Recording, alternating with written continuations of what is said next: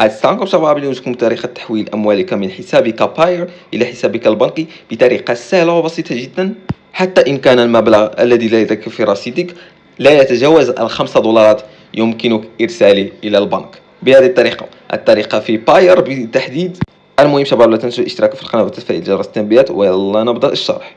أول شيء إخواني، ندخل إلى تطبيق باير ونلغي خاصية الرمز. المهم إخواني، راح نضغط الآن. أول شيء إخواني ندخل على الإعدادات، بعدها نضغط على Security.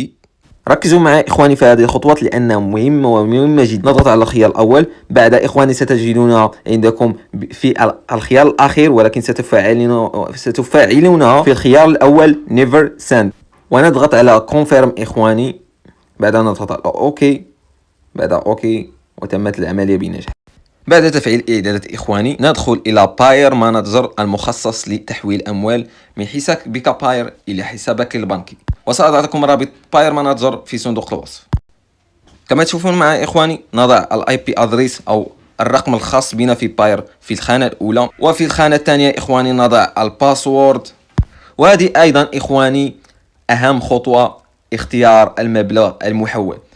المهم إخواني، إذا كان رصيدك من $1 إلى $5 نضغط على $5. إذا كان رصيدك من $5 إلى $10، مثلا $6 $7 نضغط على $5، نضغط على $10. إذا كان مبلغ ما بين $10 و $15 نضغط على $15. وهذا كذا إخواني. بالنسبة لي إخواني لدي $40، راح أضغط على $40 لأحولها. وبالنسبة للرسوم إخواني، رسوم التحويل رخيصة جدا، على كل $10 تقوم باقتطاع $1 فقط. وفي الخانة الأخيرة إخواني، خانة مهمة جدا، رقم الريب أو رقم الحساب الخاص بكم الذي تتوصلون إليه بالأموال إخواني.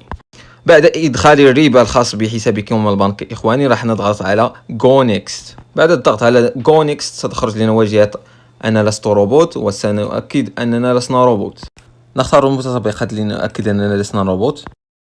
وهكذا إخواني تم توجيهنا إلى الصفحة الرئيسية لباير، وستجدون أن الأموال تم إرسالها. المهم إخواني، لا تنسوا الاشتراك في القناة وتفعيل جرس التنبيهات ليصلكم كل جديد.